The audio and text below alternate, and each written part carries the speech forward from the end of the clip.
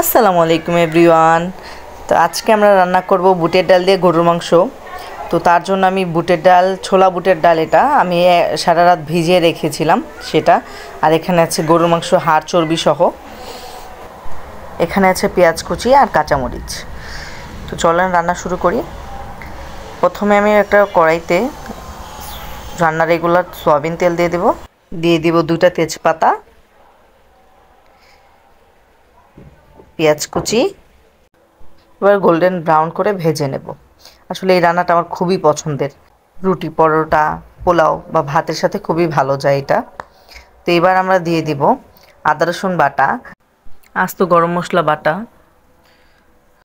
1 চা চামচ হলুদ গুঁড়া আর 1 চা চামচ মরিচ গুঁড়া। এখানে আছে ধনিয়া গুঁড়া 1 চামচ, আর এখানে আছে পেঁয়াজ, জিরা, রসুন। এগুলো সব একসাথে তেলে ভেজে আমি ব্লেন্ড করে নিয়েছি। এগুলো দিয়ে দিব 1 চামচ। তো এটা দিলে রান্নাতে খুবই ভালো টেস্ট আসে।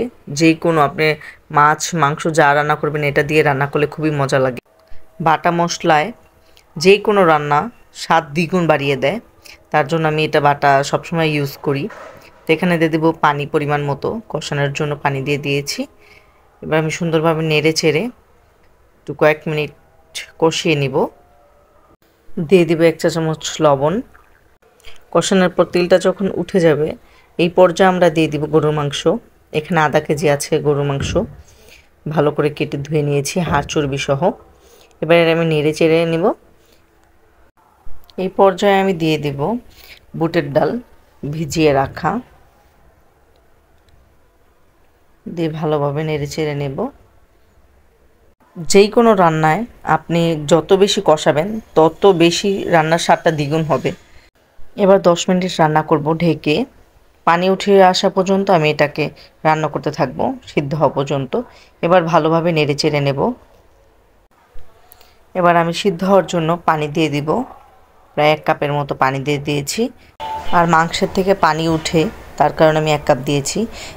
এবার ঢেকে রান্না করব যতক্ষণ না পর্যন্ত সিদ্ধ হয়ে যাক। এবার দিয়ে দিব আস্ত কাঁচামরিচ স্বাদের জন্য। এটা কোনো ঝাল বাড়াবে না, এটা জাস্ট স্বাদের একটা ব্যালেন্স রাখার জন্য। আরও 5 মিনিট রান্না করার পর নামিয়ে নেব। আর রান্না ভালো লাগলে অবশ্যই সাবস্ক্রাইব করবেন আর ফলো দিয়ে পাশে থাকবেন। আল্লাহ হাফেজ।